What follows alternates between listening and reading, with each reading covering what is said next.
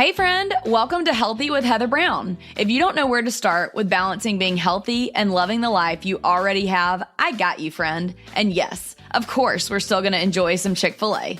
I'm here to come alongside you and encourage you to fall more in love with your creator, your spouse, your kids, and your own health journey.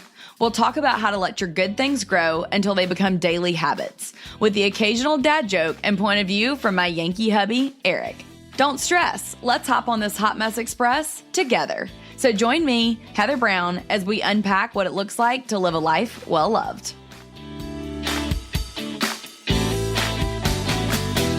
Welcome to another episode of Healthy with Heather Brown. I am so excited to have on a return guest today, which is Dr. John, who started out as my chiropractor back when I had baby Finn in my belly and was in the throes of very uncomfortable pregnancy. So I know that a lot of you that listen to this are either pregnant or have young babies like me, and you remember the miserable symptoms of being pregnant. And I think that I have learned so much this past year and a half, 2 years, and with Dr. John, especially even 4 years, about how much chiropractic care can do for you during pregnancy, after pregnancy, and then also just realizing how much it can really play into your overall health. So I started going to Dr. John just for chiropractic care, but he has really blown my brain wide open to the possibilities of all kinds of natural health care. And his last episode that I had him on was one of the most downloaded episodes that we have had so far, which is super cool. So I'm so glad that you guys are interested in the subject as well. So without further ado, I would love to welcome back my chiropractor and the man that has helped me get so much into cold plunge, so many good things, Dr. John Palmer from Archetype Health. So welcome back, Dr. John. Thank you very much. Of course. So I told everybody a little bit about who you are and our relationship. Do you mind telling everybody just a little bit more about what you do at Archetype and who Archetype is? Yeah. So if you put it into one sentence, we fix human bodies. And so we fix them biomechanically, we fix them metabolically. Naturally, we fix the body the best we can. So I love referring to myself as a human mechanic. So making sure that I make sure that the human works as best as it can in all different scenarios. So archetype actually means a specific version or a natural version of a certain population. So it means a perfect version of a mama or a perfect version of a child. So archetype just means like a thing that you should strive for. And so that's why we actually picked the name archetype, is that we want to make sure that people have a map and guidance to move forward. And so first off, we have to fix people when they come in into our world, from their world. And so we do everything naturally. We get people to function as best as they can in whatever body or life that they're in. So Dr. John, why don't you explain a little bit more about the nutrition and the different things that you guys offer Archetype to help fix human bodies? Yeah, so we have 3 avenues of care in our office. So we have performance, which is really based around the individual that they're looking for in the sense of movement, strength, and endurance. So that is always going to be mobility-based or strength-based or endurance-based. So we have trainers and doctors that lead that program. And then we have nutrition. So nutrition is based around looking at dietary need, looking at blood work, and then interviewing the client, and then mixing that with almost like a nutritional healthcare coach program. And then those programs run anywhere from a year to a year and a half. The reason why those programs run a year to a year and a half is that typically we are not going to be your program that's going to be like, hey, we're just going to deal with you or deal with whatever's going on with you for 30 days. We want to make sure that we educate. We want to change lifestyle. Yeah. So when you talk about changing lifestyle, I know that a lot of moms are going to be like, okay, I have 4 kids. He's talking about changing my lifestyle. How would I even start to fathom that? And Dr. John, we didn't mention this, but you have kids. So will you tell everybody, how did you start to change your lifestyle? And what does that look like with kids, balancing that for women?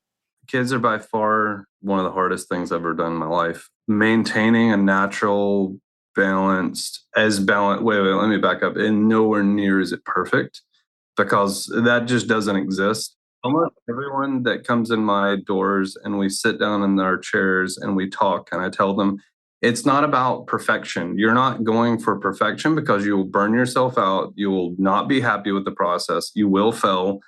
So what I always tell people is it's about betterment and making small changes and consistently having a template to drive those small changes. So we live in a world where you have social media, where you have influences of all kinds, to where you can really live in this make-believe world where you think that you have to look like so and so, or you think that you have to look like Instagram model, and you see these perfect versions. But one thing that we forget in our world is that we are in our bodies. We need to have a template that works best for us. And the way we look afterward, following those natural healthcare values and foundations, whatever the outcome of that is, that's the way you should look. You can't compare yourself to anyone else. It is your journey. It is the ability for you to own that. Because, yeah, you can strive for fitness, or you can strive for energy, or you can strive for like removing negatives. And all those things are possible. Like whatever your normal is, like that's what we typically work on, is getting people back to that normal state. And then we work on performance, and then we work on like making the body drive better. And so what I mean by that is, if I were to go buy I don't know, let's say I wanted a Ferrari, and I'm comparing this to fitness. I love fitness, and I wanted to run a race at a really short time. The first thing that I would do is I would make sure that everything worked correctly in the sense of physiology, and the sense of muscle tone, and the sense of strength, and the sense of energy systems, and then resiliency. Does that make sense? Yes. So whenever we have women that come in, the number one thing that we want to do is educate. And the reason I say educate is that if I make someone dependent on me and what I am telling them, then they're still dependent on me. They're not independent of me. 80% of the things that I'm teaching people, they're going to be able to implement themselves, but I have to bring them through that year and a half. And that's what we're doing. We sit down every other week. We literally address the things that they're specifically having going on, but I then go through all of the other systems that they need to be paying attention to that is going to solve whatever problem they're having. And then I'm teaching them as I'm consulting with them also. The goal should be independence of me and healthcare providers in general. Typically with women, they come in, brain fog is really big. Digestive issues are really big. Adrenal fatigue is really big. One thing that we're going to talk about today is how supplements tie into that. And the awesome part about it is I'm going to give you information that will empower you whether you come to me or not. I'm going to give you things that you should stay away from and things that you should gravitate towards. Yes. One of the best things that people want, they want to function normally.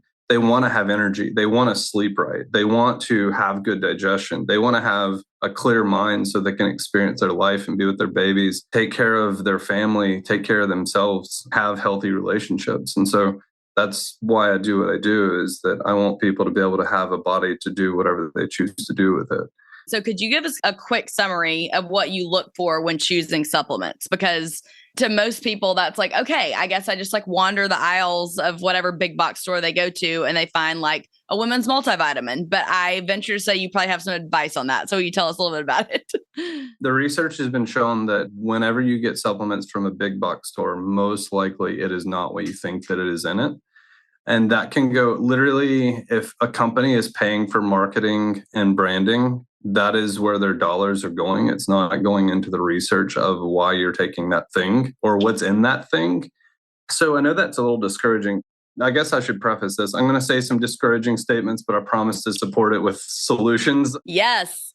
Like empower yourself to pick the right thing. That's what we like to hear. A lot of the times people will pick supplements because they have heard that their mom took it and it did really good things for her, or their friend took it and they're having energy issues also and it helped them. But I thank goodness, I partially run our social media. And I just posted something natural. This is what it said. It said natural or artificial, everything that goes into your body must come out. I read that and I was like, oh my gosh, good point. It's like, obviously, yes, you realize that, but what that actually means, I was like, oh yeah, there's some ramifications there. Yeah, well, a lot of times people take things natural and artificial and they don't think of it coming back out. That's detoxification. So a lot of people think detoxification happens when I do a detox or when I do this. It happens every single second of your day. So everything that we put into our body, natural or artificial, it has to be broken down. It has to be assimilated. It has to be taken out of the body. That's if it can get out of the body. Most of the people that come in the doors, like the reason why they're having the symptoms that they're having is because their liver literally is not processing things the way that it was meant to do. This actually happens a lot. And when people are taking medication, The reason medication needs to be titrated up every 6 months, every year, is because the body's detoxification mechanisms are literally breaking down because it's not getting out what they're taking in on a natural, normal basis and then what they're taking in artificially. That means that the reason the dosage has to keep going up on medications, whether it's working or not, is because the detoxification mechanism is not working. So they're having to give a higher dose to make it effective. Ugh, which is like more fake stuff going in your body, right? I mean, obviously.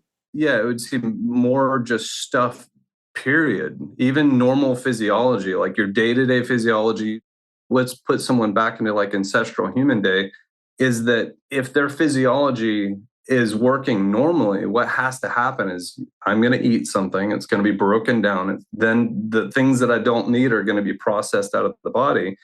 And that is normal. Like if you took one single cell and in that single cell, you had things that go into it and assimilate and then things that go out of it. Our whole body is no different. It just has more systems and more things that it needs to go through for that process to happen. So when you put medication, you put energy drinks, you put synthetic or artificial things, it backs up that process and makes it even slower. And then you get a negative expression of disease, dysfunction, acne, digestive issues, brain fog, difficulty waking up. I mean, we can go through all the systems, thyroid burnout. Like, I mean, you go through all the systems and you name the flavor of whatever that means because the body's not processing things. And then as we age, as we have more babies, as you add more stressors, you add so many things of our environment, and then you slow down that body from getting rid of things even more so, and then you make the problem worse. And so problems then lay on top of problems. Does that make sense? Yeah, I'm like, big yikes. That's what I keep wanting to like interrupt, but I'm like, it's not worth it to interrupt and say that. But whoa, like that's a lot. On a very regular basis, I have to make sure that I do not look like the crazy person. And so people will, they'll be like, wow, I don't know if I can process all of that. But that goes back to that perfection versus betterment. 1% better every day. 1% better. And if you have a value system, which that's what archetypes satisfies, is that we teach the parameters of that value system. And we say, hey, if you do this, this, this, this, and this, and you do not do this, this, this, and this, you should at least make progress forward progress. Amen. That's awesome. And so a lot of the times people get discouraged and overwhelmed because they think that they have to be perfect. Then they're journeying into that unknown. When you remove the unknown and you give someone a map and they see betterment, they see improvement, then leading into them feeling better, better energy, better sleep, brain fog going down, better clarity, better relationships, better sexual health. The list goes on and on and on. Yes, that helps so much. And so when we get back to talking about supplements a little bit, but what would you look for when you're going down the aisle looking for supplements? Or are you like, yeah, don't even walk down the aisle of Target or Walmart or wherever, you know? I would say stay away from the big box stores. I think the better version of that discussion would be there's synthetics and there's naturals. So naturals being like whole food supplements. Like if I were going to get a vitamin C, I would get it from a whole food vitamin C, not ascorbic acid. I'll describe these two in this way. If I got ascorbic acid from a Raceola cherry, and then I went outside, there was a Ferrari there because vitamin C is amazing. It's very good for you. It helps many different things. And I got in the Ferrari, it would perform like a Ferrari. Ascorbic acid is lab made, is the shell of that Ferrari. And I go outside and I open the door. There's no steering wheel. There's no engine. There's no leather. There's no nothing.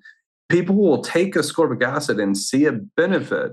But what it's doing is it's causing iron metabolism to turn inflammatory.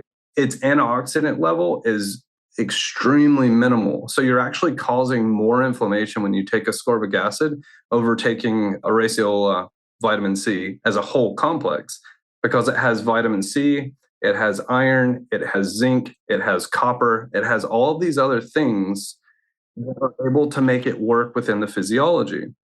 Okay, I'm going to pick on OBGYNs. I get a lot of pregnant women in my clinic. A lot of times, what do they diagnose pregnant women with? What is the diabetes thing that you get? That would be, gosh, that's a whole nother topic. You drink the nasty drink at the OBGYN and they're like, oh yeah, like you're right on the border. What is it called? Like pregnancy diabetes. Yes. Yes. Okay. I'm talking about iron. So a lot of times women will go to their doc and they'll say, hey, you need to take iron because your hematocrit or your ferritin is low. But what has been shown in new research showing that typically we have enough iron. We do not have enough of the other things that support iron metabolism. So when they actually do blood work and they look at your blood work, and you have low iron, that means that you need most likely, now granted, people can have low iron, but they can also have plenty of iron and not the other things that are needed to assimilate that iron so it will build healthy red blood cells. And that goes back to the toxicity question. Thing that I was talking about earlier too. But so my picking on the OBGYN is they will just give iron. They'll give ferrous oxide. And when you just give ferrous oxide by itself, it then needs to take all the things from your body when you take it. And that's if it works. That's if you have everything in your body. That's if your stomach acid is where it needs to be. That is if you have vitamin C being brought in from your diet. That is if your acidity or alkalinity is normalized to where, so you're almost having to have like all of the perfect things align to where you can then use that iron. But if you take something like, if I was going to give iron to someone, I would give them animal spleen, so desiccated spleen. I would give them liver. I would give them a whole food vitamin C supplement. And then whatever is unique to them individually. So the things that I just said is you got to stay away from all man-made things. I'm talking about supplementation. We can even talk about vitamin D, synthetic vitamin D. If you take synthetic vitamin D, which 99% of vitamin D that people put into their bodies is synthetic, it's missing vitamin A. It's missing other elements that allow that absorbability of that vitamin D to actually take place. So when their vitamin D is rising, the research is showing that that's not even doing what they think that it's doing. It's not increasing immunity. It's not doing all of it. It literally does not have all of the supporting factors for that vitamin D to take effect and work. This is something in the past year that has blown my mind. So it's something that I'm constantly learning and constantly jumping into. So where you get natural elements of vitamin D is cod liver oil. Cod liver oil is one thing that everyone needs to be taking because it has a naturally formed vitamin D with all of the other things attached to it. And it can be immediately utilized. There does not need to be any conversion. And it can go straight into that hormone process and really support the body in a really great way. Okay. So when you say that though, is there anything that you're like, when you pick up a bottle of cod liver oil, like, is there anything that you should look for on the ingredient list that you're like, but don't take this one because it's going to have X, Y, Z, or is it pretty much all pure?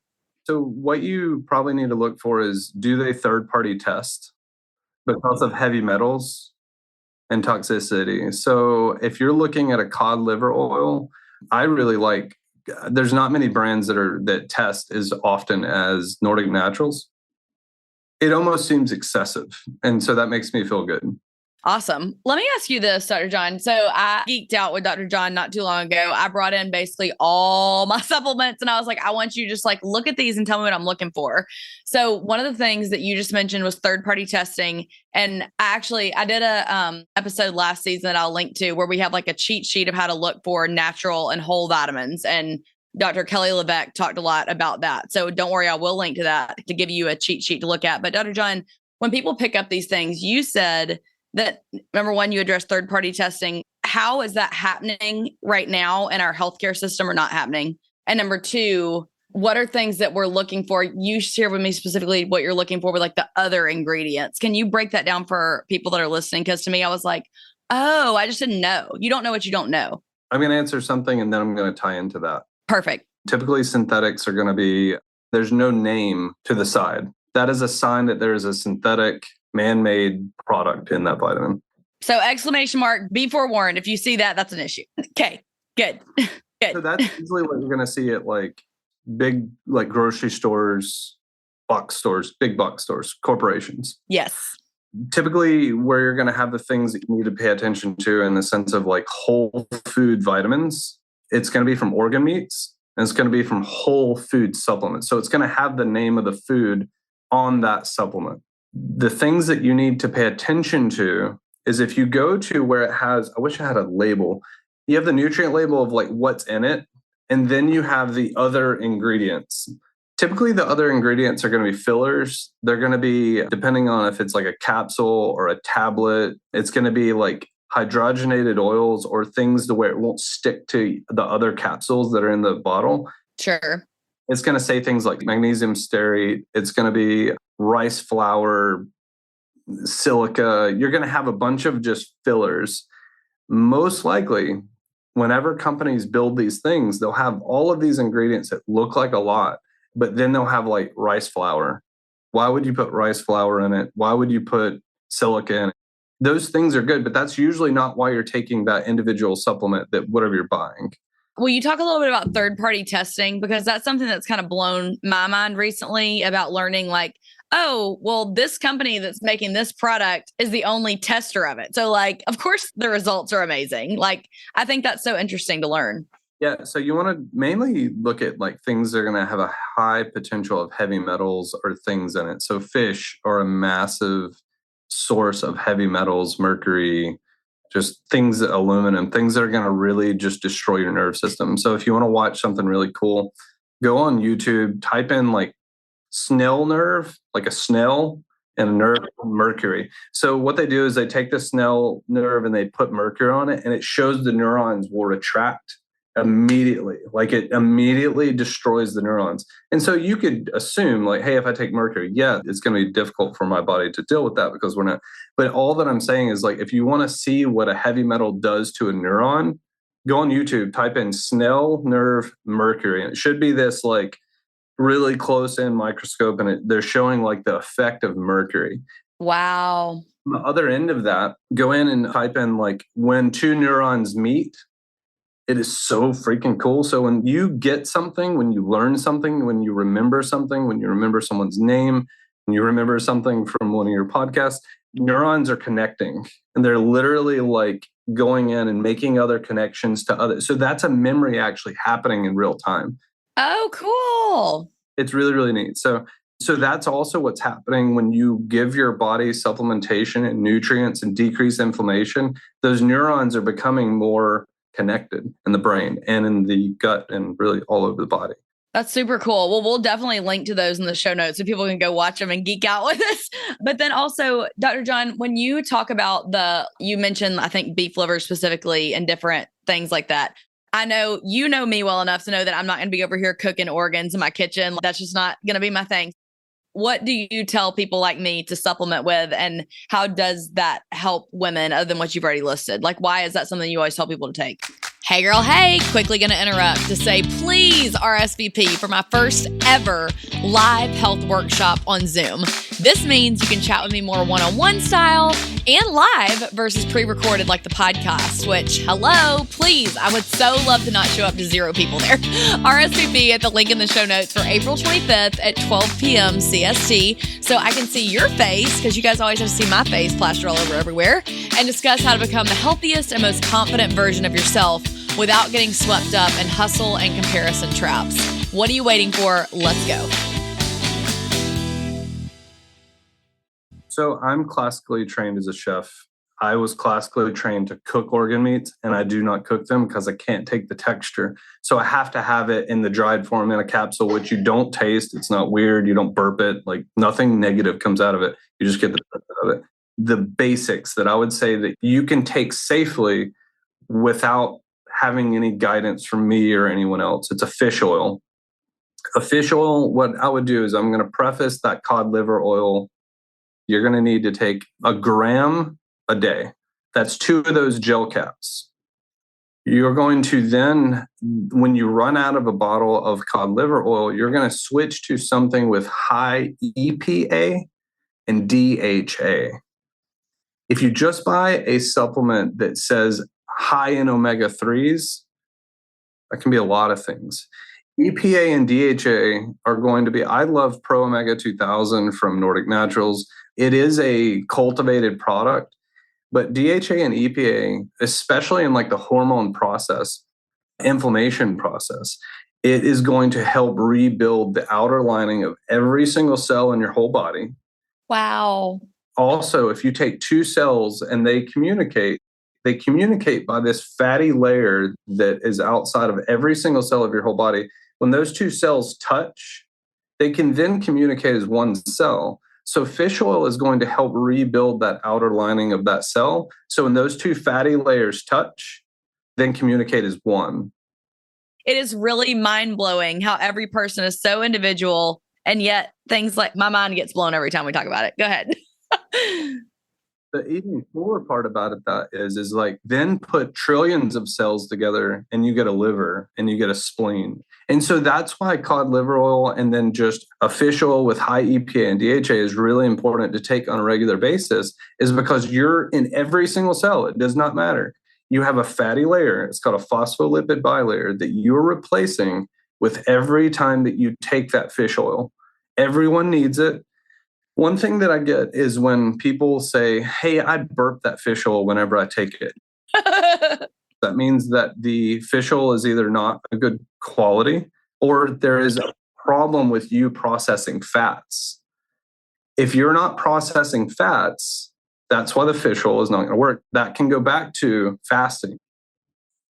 We do not utilize fats the way that we were meant to, because that's what you were like breaking down when you were in a fasting state, is that you're beginning to break down fats. And when someone does not fast, they do not use fats correctly. So when they do not use fats correctly, they do not use cholesterol correctly.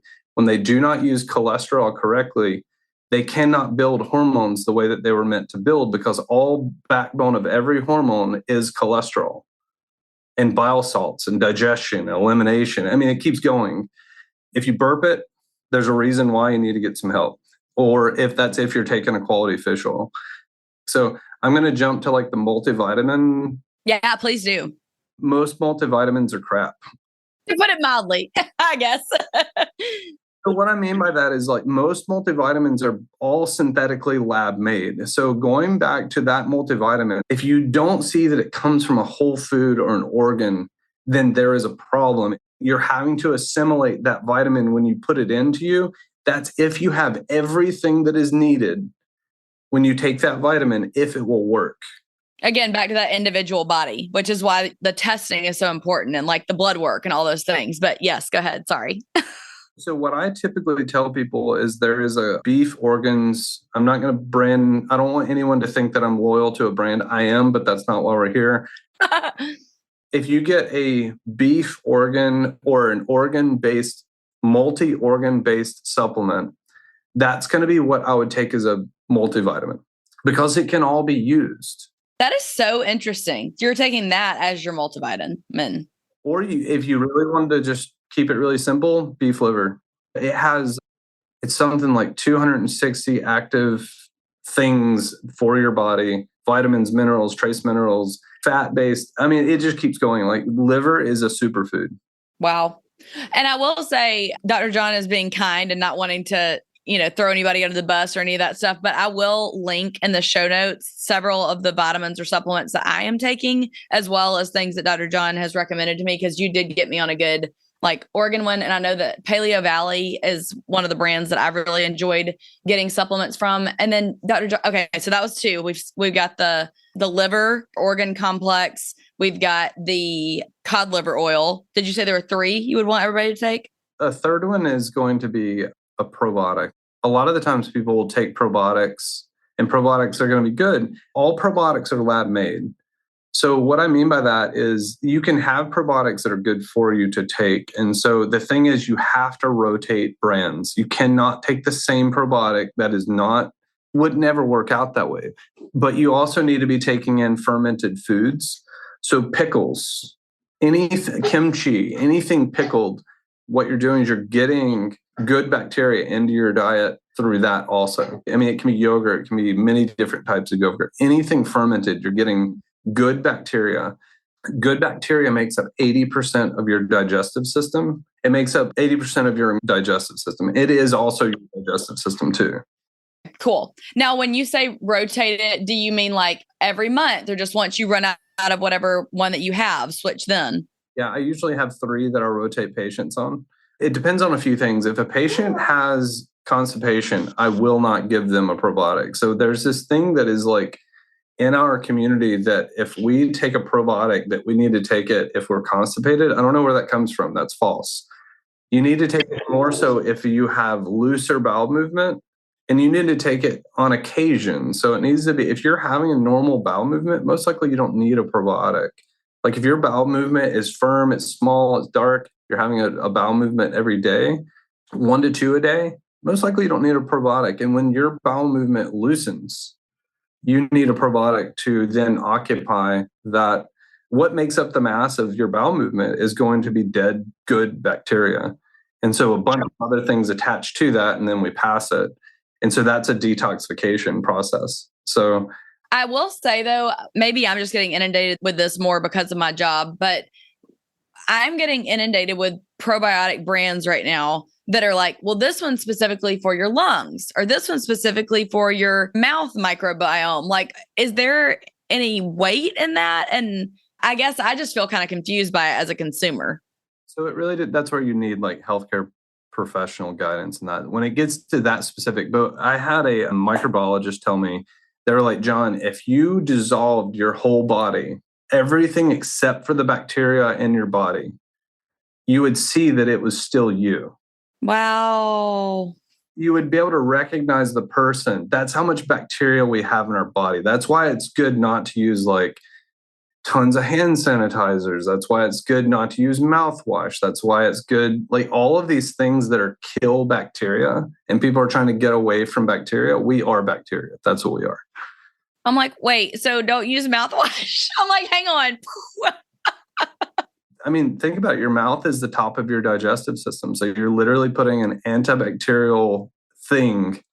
I'm not saying don't brush teeth, and I'm not saying don't eat good and hygienic. Right.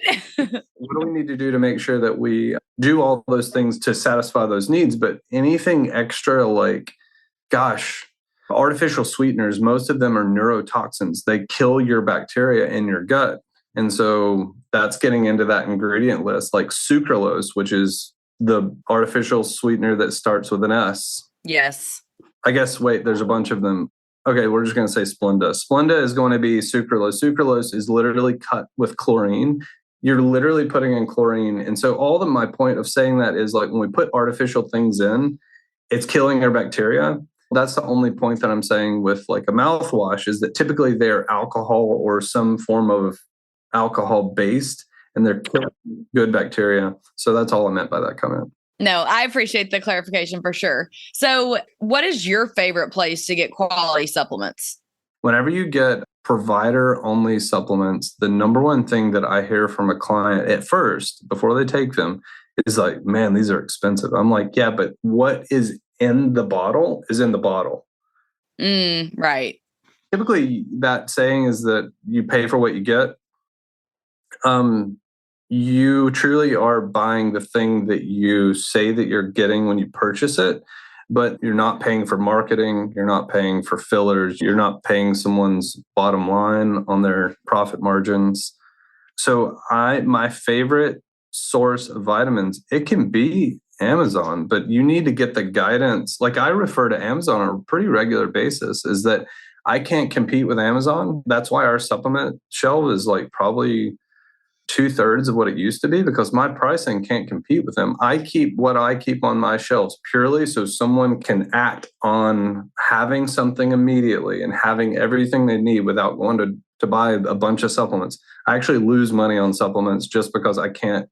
It's more valuable for me to have the client have what they have in real time and be able to buy it when they need it than it is to make money on supplements, because there's really not a ton. So. And I know that we're running out of time, so I have 2 more questions for you. Number one is, you didn't mention this in the supplements that you have to have, but I'm starting to get more questions, and I think it's getting more prevalent that people are realizing, okay, I know that I need to be drinking more than just water to hydrate. So can you talk a little bit about salt and the supplement that you gave me that I add to my water each day? Yeah, so that's called CT Minerals. It's from a company called Cellcore, who is awesome. So that has fulvic acid and humic acid in it. So fulvic acid and humic acid are, I'm going to just call them ancient minerals. I mean, the best explanation that I can think of is they found this element and they harvest it, and then it has all of your minerals, trace minerals attached to it, and it has a 98% absorbability rate. The definition of a good supplement is that when you take it, it's immediately utilizable, and it doesn't have to be like composed in any way for it to be used in your body. But being able to take something, so water, we have go through like a treatment plant. If you get your water out of a tap, you're going to have a whole bunch of medicines and things in that water that you do not want. So number one, you want to get your water from a spring source. And that spring source, you need to know where that comes from. I love Blue Spring water. Love them. Yes. Blue Spring water is great. It's in Blount County. They've tested it, has a bunch of really good things. I will also put in the minerals that you're talking about called CT minerals. It's that fulvic acid mixture. And then the cool part is you can't taste it. It just makes the water more full. It allows for absorbability to happen. A lot of the times people will drink water without minerals and they'll just pee it out. So we have a mechanism in our kidneys that your kidneys are like your eyes for your blood and eyes for your electrolyte number in your body. And so if you do not have enough electrolytes in your body goes, I can't hold on to this. I'm just going to pee it straight out. So if your pee is clear, you're drinking too much water and you need electrolytes. Like counter what we hear, because we hear your pee shouldn't be yellow. That means you're dehydrated. It should be clear. So you're saying the opposite.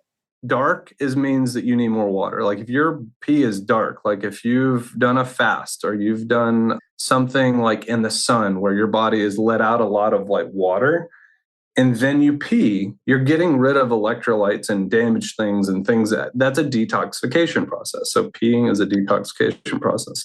So when you see that your pee is dark, I mean, you need more water and more electrolytes also. But when you see that your pee is clear, you need electrolytes more than you need water. You need to look at your pee and your poop. Every time you pee, every time you poop, you need to look at it. If you don't, you're doing yourself a disservice and you're not taking responsibility for your body. I'm like, that's a soundbite right there, Dr. John. I'm like, we're putting that all over the place. That's really good.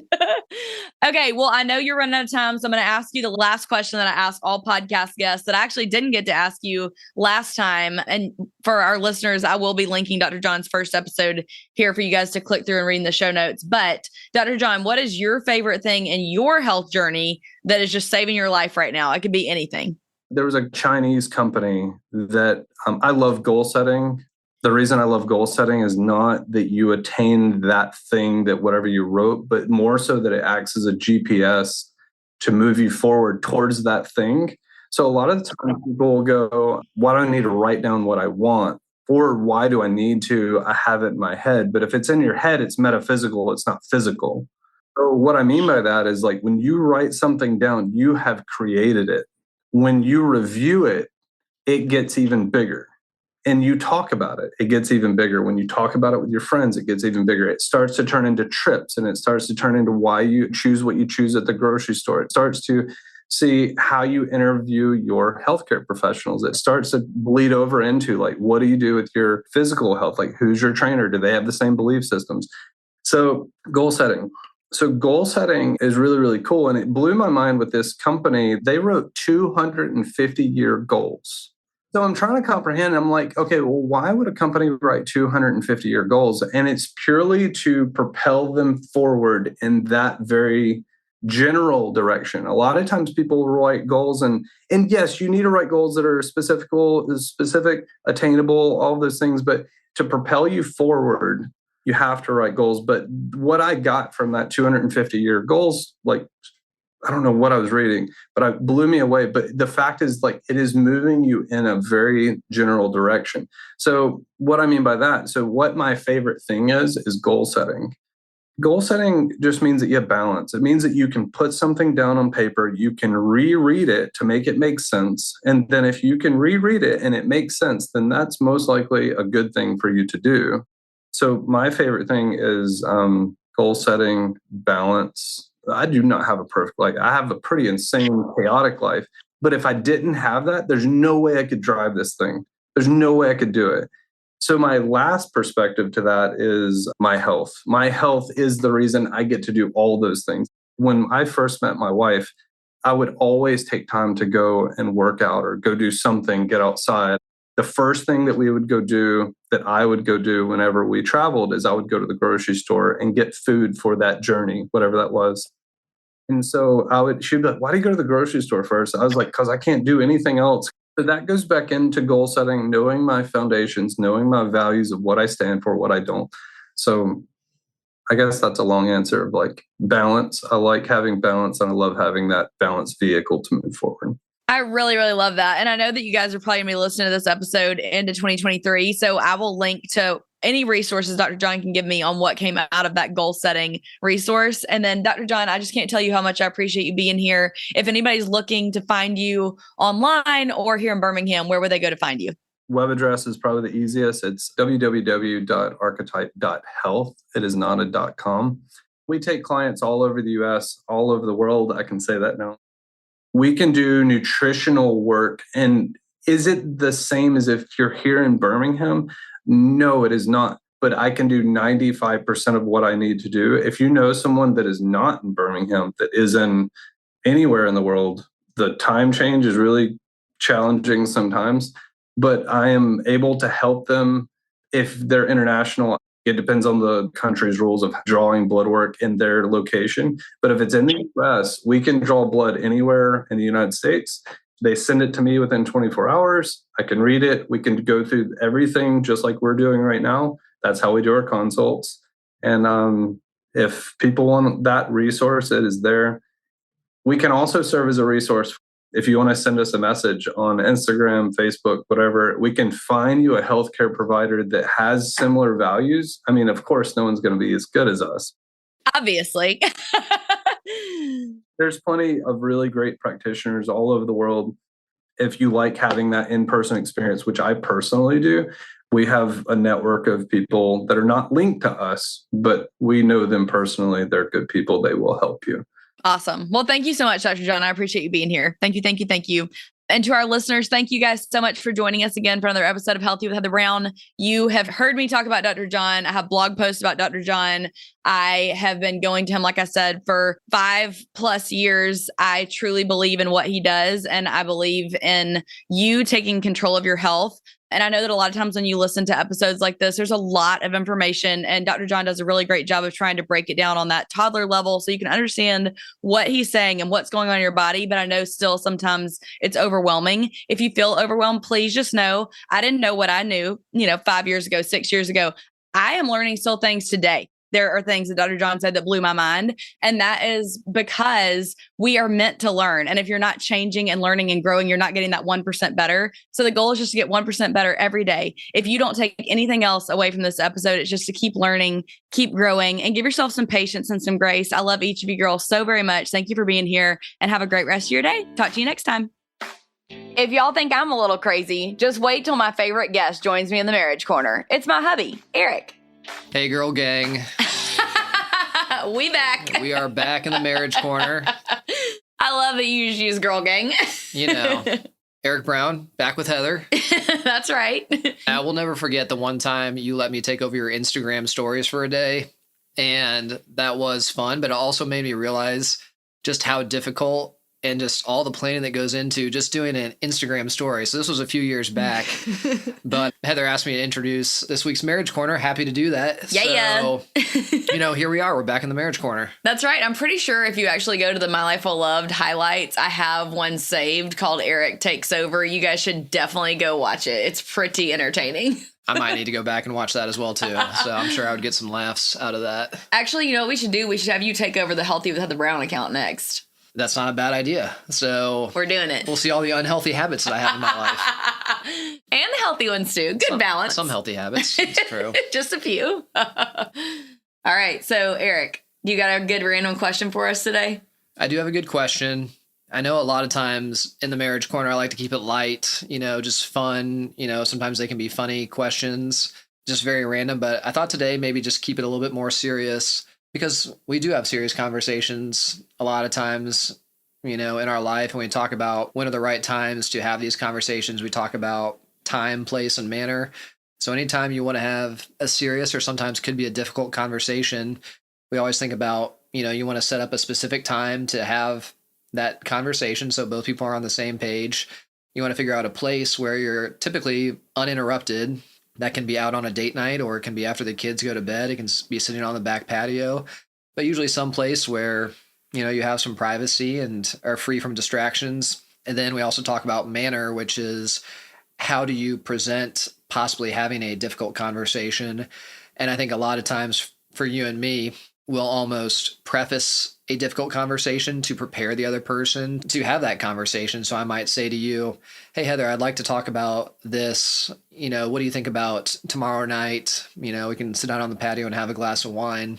And I think that allows both of us to be prepared mentally for the conversation. And usually I'll tell you what I would like to talk about, or you do the same thing so that we know what we're going to talk about before going into the conversation. Because sometimes, you can get ambushed almost. Not to mention your anxiety. Like when someone's like, I need to have a serious conversation with you. You're like, oh my gosh, can you just tell me right now? That's true. I don't do well with surprises, but I think you're better at surprises or more on the spot. I need time to think about these things. True. Yeah, I do love a good surprise. So on that note, this is more of a serious question. And I've just been kind of curious, and I haven't asked you this question before, but the question is, what are you most concerned with in today's society? So like I said, what are you most concerned with in today's society? Yeah, so I'm going to lead off with an example, okay?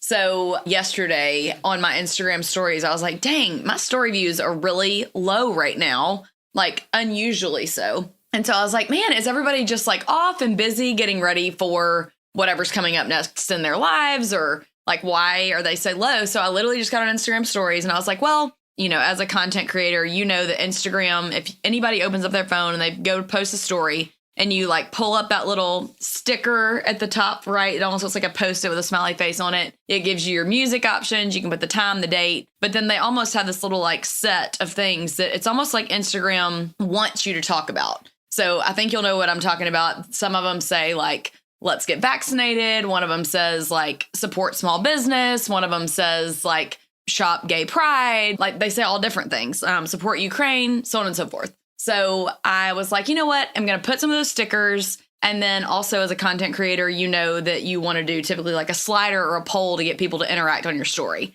A lot of times on Instagram, when you post something and nobody responds, nobody likes it, not many people slide the slider. That's when Instagram's like, okay, no one really cares about this. Bump it down in the algorithm from your story. Mm-hmm. So if y'all didn't know that, now you know. So I picked the Let's Get Vaccinated sticker. I picked a Support Ukraine sticker, and then I also picked the Shop Gay Pride. Let me be clear as well, too. Yeah. So all these things are good things, and Heather and I's stance on all of these things are you have to make the decisions that are best for you and your family. Mm-hmm. So, this was, I think, like what you're saying, this was more of just a test to see if I use these stickers or these tags. I just kind of want to see if my views go up. So we're not making any stances on any of these things. No.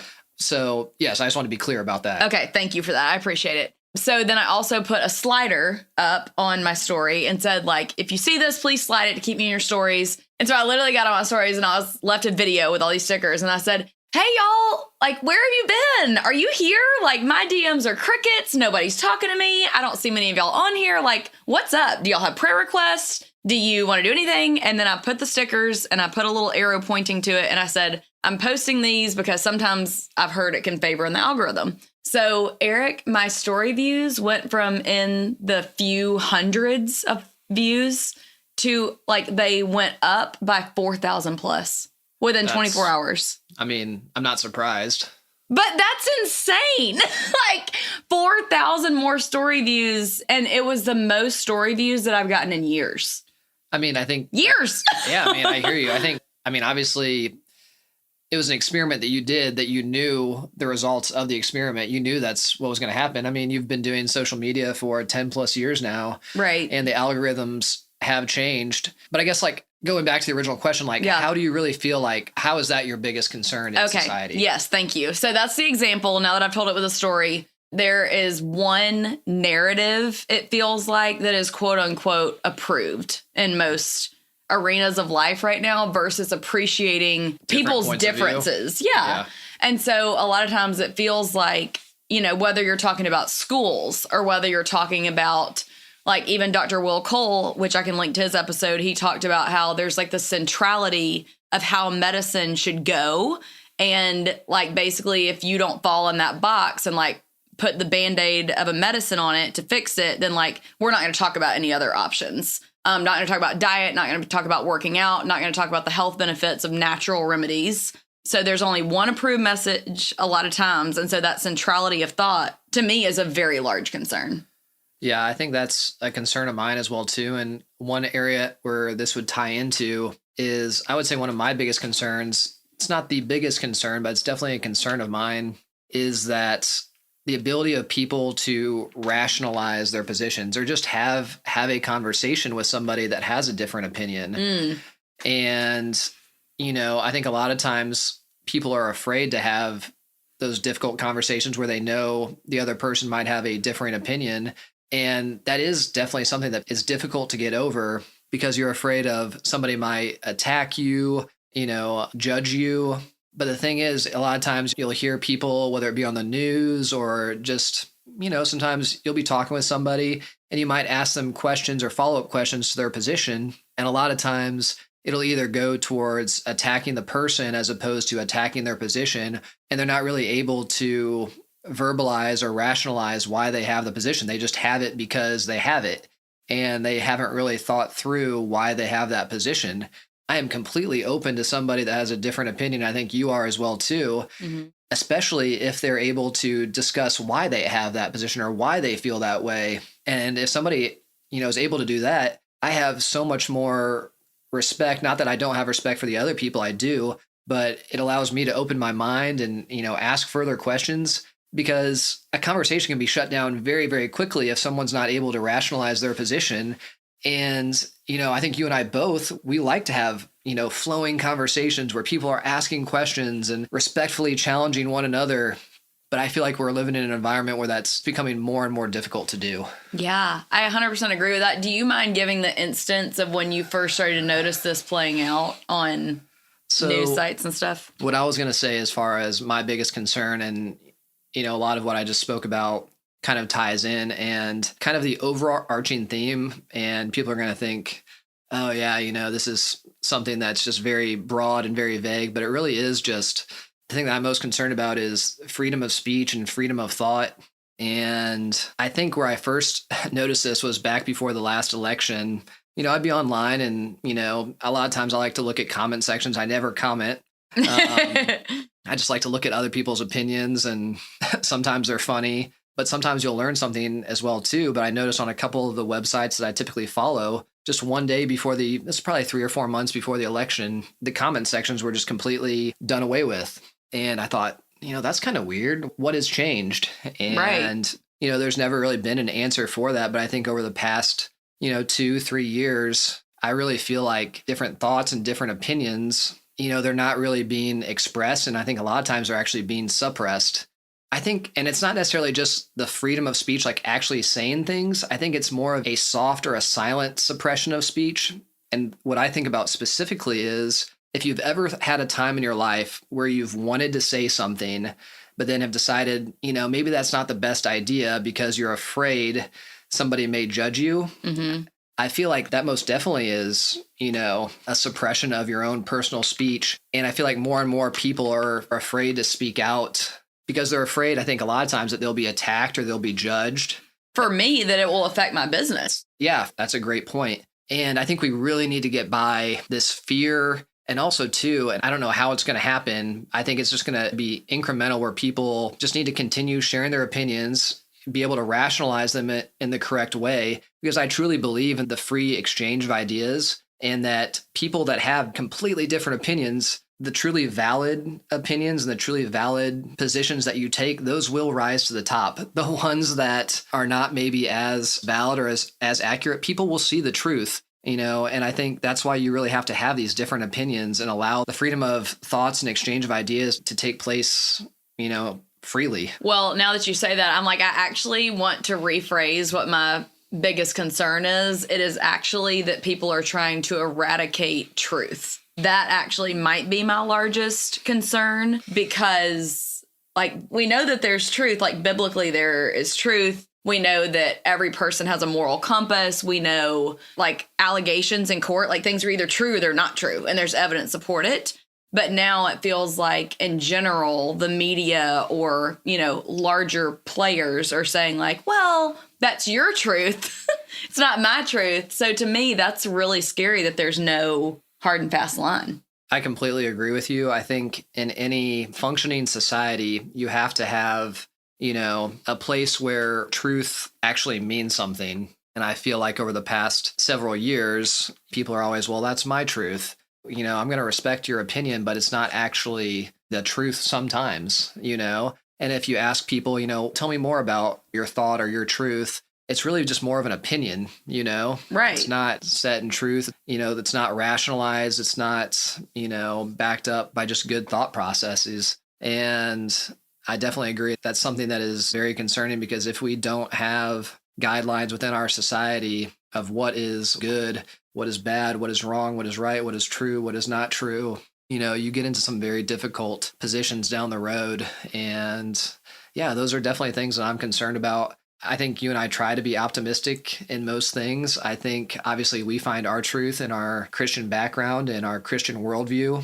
And, the Bible, it gives very specific guidelines, specific ways to live your life. And, it's very easy to say what is good, what is bad. We try and do those things. We all fall short, and that's okay. But at least we have that guide. We have those guidelines to live by, which tell us, what is true and what is not true. And that's encouraging to me. It is encouraging. I think you're basically quoting Romans 8:28, for all fall short of the glory of God. And we do. Like, Eric and I don't think that we are perfect or without fault. Like, we know that we are sinners and we all desperately need a savior. I think that, to your point, though, what I really appreciate is when people are willing to come and have a legitimate conversation in a respectful way that is like, yes, we might disagree on this, but I can still love you. Like, to me, that's what's been so weird over the past few years, is that people are like, well, you have this one differing opinion on me, so I just can't follow you anymore on Instagram, or we can't be that close anymore. And it's like, does it really matter what we think on this one policy and whether we agree or not? It's like, no, I love you. Like, yeah, that's that. And I talk with a number of different people. I mean, in the hospital, I kind of just observe this in general, people from all walks of life, different backgrounds. The one thing that I've observed, whether it was in accounting, but especially in the healthcare field, is that we are definitely a lot more alike than we are different. And, yes. I feel like a lot of people are pushing a narrative that we are all very different, trying to divide us. And that's just not the case. We are all, for the most part, people what's best for their family and what's best for their community and what's best for their, like I said, just their family. And those are all things for the most part that people can agree on. And that's enough, I think. Yeah, I 100% agree with that. So, Eric, one of the things that you had initially talked with me about our hope. So one thing that I think would be interesting with this mental health season in general would be to talk about when you start to feel maybe anxiety, or, your thoughts start racing, or maybe you can't go to sleep at night because some of these thoughts might be plaguing you. What do you do to kind of like take a step back and protect your mental health and those concerns? That is a very good question. I think it's different each time. It depends on the situation. But a lot of times for me, it just takes time to kind of rationalize in my mind. You and I talk about this. I will get anxious if I don't have a specific answer right away. As we've grown, and I've tried to become more content with the waiting, or being patient to figure out those answers to those problems. I guess I would also say, I think really it is just being patient and trying to just figure that out on my own. And also too, I mean, honestly, the times where I've been most down in my life or questioning, a lot of things, honestly, I don't do it very often, but sometimes I will get down on my knees and just say, Lord, I don't have the answer. I don't know. And by giving it up, and actually talking it out, there's a freedom in doing that to lift that burden off of yourself. And that does help. Absolutely. And Eric is definitely more of an analytical and internal processor, whereas I'm more of an external processor. And I don't know if you would say this or not, but I have definitely had to set some boundaries in place, I would say, with what I allow myself to look at on social media sometimes, or even in discussions with my family or friends about it. Like, sometimes I feel like, Mama, if you're listening to this, I love you. But sometimes, like, she might be talking to me about something that she's really concerned about, and she's getting really worked up, and she's like, but you didn't read this and this and this. I'll say things like, hey, Mama, I love you so much. I so appreciate you telling me that. But right now, I'm just in a season where I'm really overwhelmed with either momming or marriage or this with work. And so I actually can't keep up with the news right now. And I have asked Eric to let me know if anything major happens. But I just have to take a step back sometimes and be aware. Have you heard about the new crypto crash? No, I have not. Oh, man, that's a great one. FTX, you never heard about this? I feel like I've seen people mention it, but I haven't clicked it to read it. We'll talk about it later. Okay, great. Eric will bring me up to speed.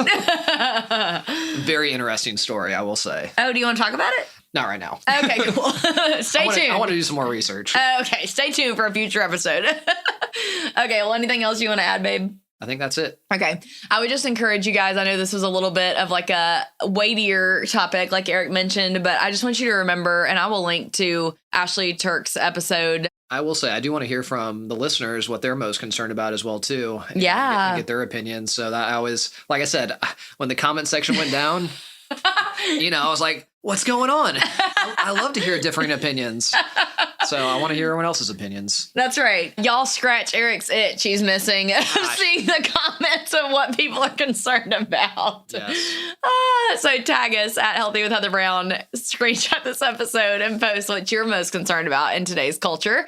We can't wait to read it. But also just remember, I'm going to link back to Ashley Turker's episode because she shared a lot about just depression and anxiety and things that really kind of started to take her under, and how you can still grieve and have concerns with the hope of Christ. And she did a beautiful job of laying that out. So I'd love to link that in the show notes for you guys. Thank you so much for joining us with a little bit different episode of the Marriage Corner. Make sure you hit that subscribe button. And since Eric's been talking about comments, make sure you leave us a review as well if you're not on Instagram, and let us know your concerns and what you liked about this episode. Or Eric, are you open to constructive criticism too? Always. Perfect. All right. Y'all have a beautiful day. Bye, friends. Hey, if you're loving the show, click that follow button on your podcast app. This will ensure you won't miss a single episode. I'll see you next time.